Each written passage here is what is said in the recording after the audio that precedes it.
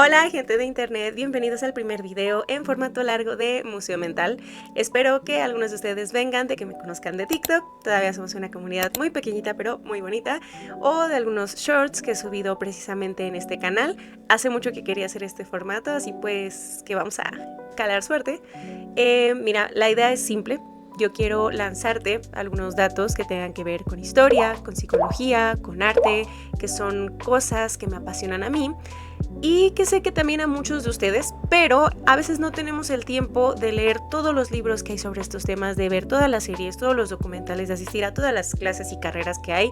Entonces mi punto es, quiero lanzarte estos datos y que los puedas guardar en tu cajoncito del buró, para que los puedas sacar cada que quieras entender un poquito mejor el mundo o cada que quieras incomodar en alguna conversación de alguna cena o cuando estés nervioso y haya silencios incómodos. Mira, si te gusta saber un poquito de todo, conectar puntos que muchos no ven y tener una óptica un poquito más allá de lo que es lo superficial, estoy segura y espero que este sea tu canal. Dicho esto, y con la bendición de los dioses del internet, demos comienzo.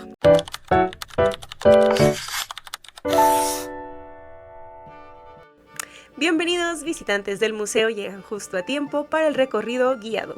En la sala de hoy tenemos brujas, deseo y persecución. Quédate para saber un poquito más. Estamos en marzo y es bien sabido que la sociedad en este mes celebra a las mujeres.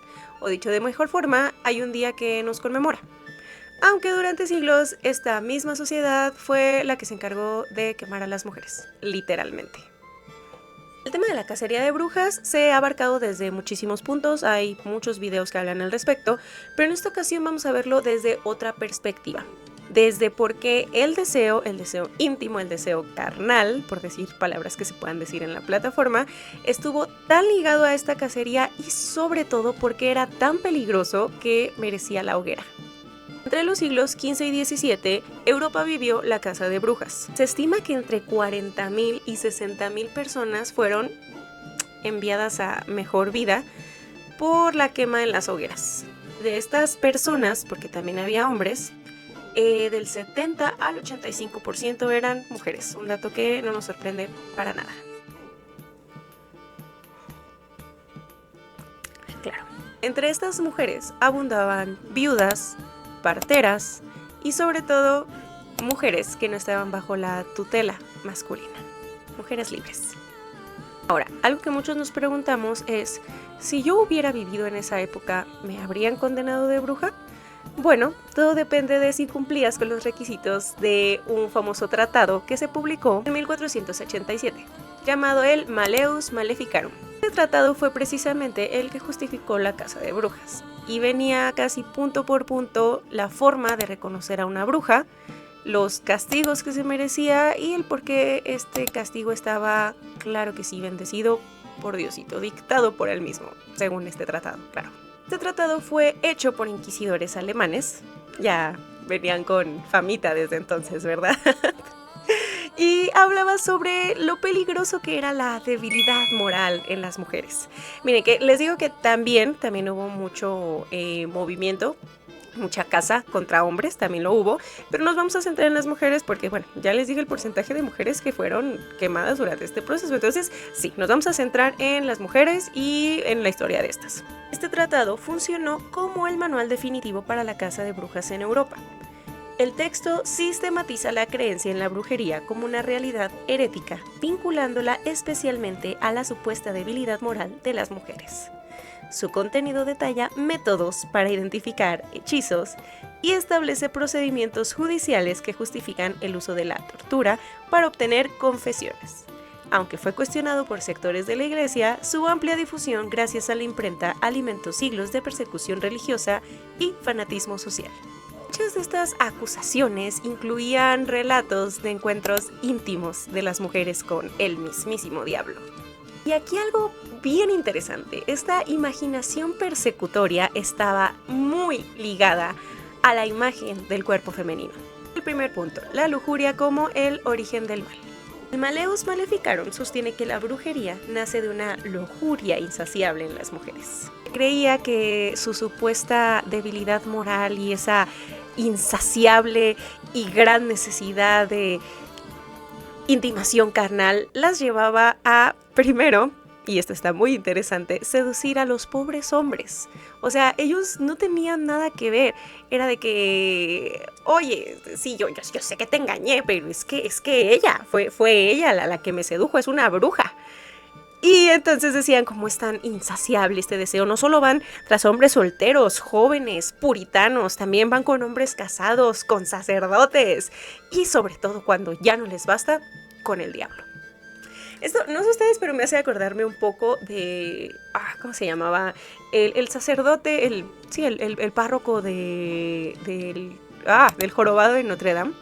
Ya saben, esta icónica escena donde está cantando en la iglesia y básicamente dice que por qué, que no entiende por qué siente este deseo por Esmeralda y condena, es decir, le dice creo a Dios o al cielo, dice si no puede ser mía, que no sea de nadie. Y entonces empieza esa persecución y esas ganas incontrolables de es que está causando a mí estos deseos de pecado que no puedo con esto, así que la quemen y obviamente así se van a acabar mis problemas porque ella es el problema. Algo así me hace acordarme. Ahora, segundo punto, el control de la reproducción. Ya para esos tiempos, aunque suene muy adelantado a la época, había mujeres que se dedicaban a la herbolaria, que eran curanderas, que eran las doctoras de ese tiempo, con lo que tenían a la mano, que pasaban de boca en boca métodos para no quedar embarazada. Obviamente eran métodos muy arcaicos, pero que al final sí funcionaban. Ya sabrán ustedes que lo más básico para no quedar embarazada, decirle a tu esposo en ese momento, oye, esto que haces no lo hagas así, hazlo así. Entonces así ya no quedo embarazada.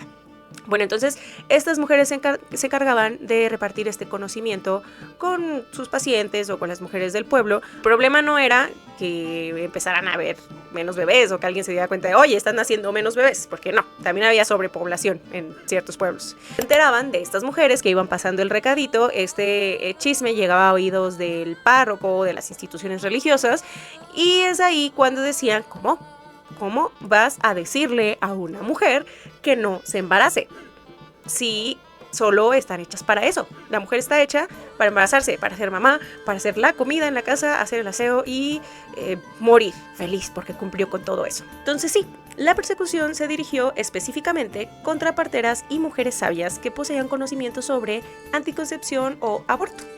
Y al castigarlas como brujas, las instituciones buscaban eliminar cualquier práctica que permitiera a las mujeres gestionar su sexualidad de forma independiente al mandato de procreación. Tercer punto, la represión de la independencia. Como les dije hace un rato, uno de los sectores de las mujeres que perseguían estos cazadores de brujas eran las viudas o incluso mujeres ya ancianas. Perdón, es que creí que se había apagado la compu y dije no. En fin. Las viudas o ancianas que vivían a las afueras de los pueblos o mujeres que no se habían casado.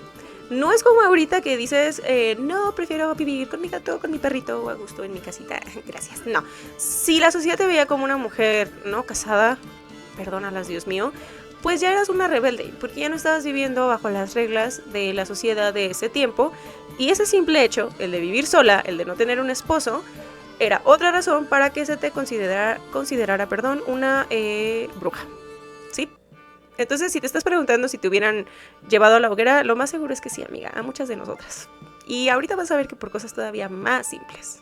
Ahora pregúntate, ¿qué pasa cuando la sociedad no puede integrar algo? Lo proyecta.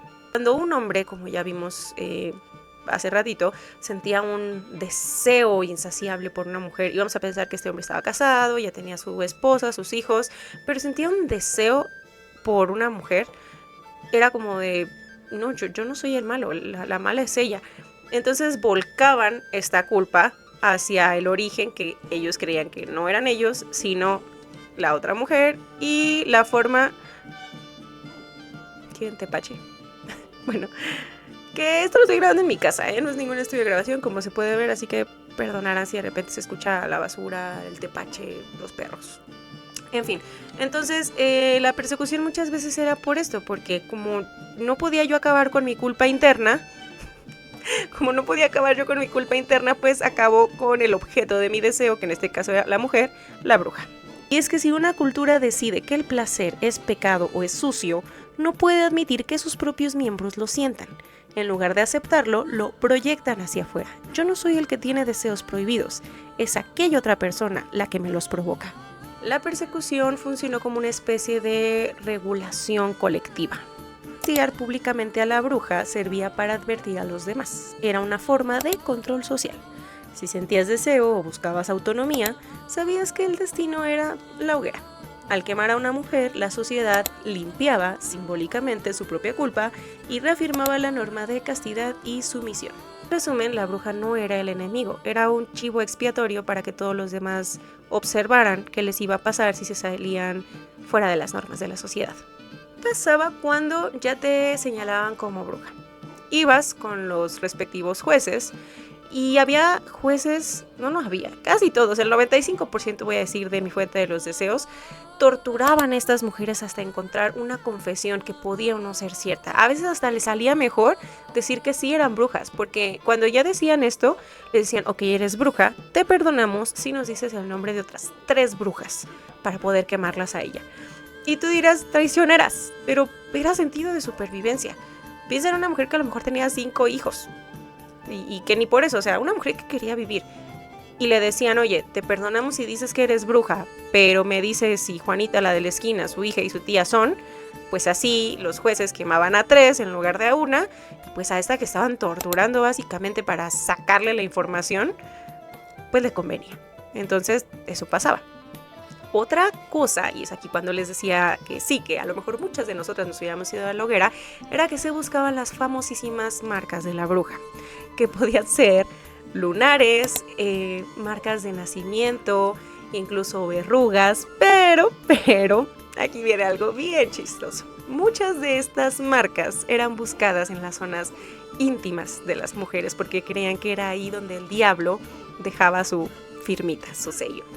Entonces, ¿qué pasaba? A estas mujeres se les hacía una exhibición, si bien no pública, esta sí no era con toda la gente del pueblo, pero era alrededor de, imagínate tú, 10, 20 hombres que eran los que te iban a juzgar. Se depilaba a la mujer por completo, a veces incluso el cabello, o sea, de cabeza a pies, de pies a cabeza, y se buscaba meticulosamente si había estas marcas. Dime tú, o sea, piénsalo tú. ¿Qué tan morboso era esto? ¿Qué tan...? Ay, es que ahí tiene la marca. O sea, si hay una marca, está justo ahí donde no pegue el sol. Era todo este deseo del que estamos hablando, todas estas ganas contenidas en estos cazadores que los hacían de esta forma, y ya nada más porque lo pusieron en su librito maléfico, ya era real, ya era la norma.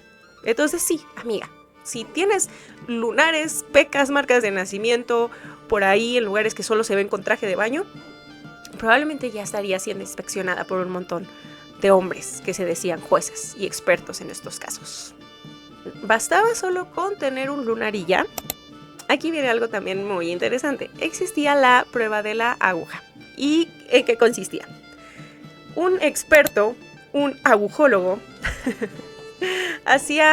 pinchaba el lunar, la verruga, la marca, y si esta no sangraba, era porque entonces sí era precisamente una marca de bruja.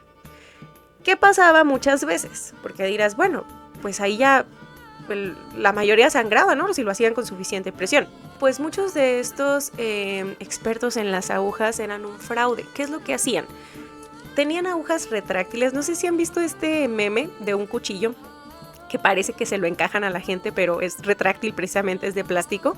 Bueno, existían este tipo de agujas que al rozar una superficie se achicaban, y entonces, ¿qué era lo que pasaba? Que obviamente no penetraba la piel y no sangraba.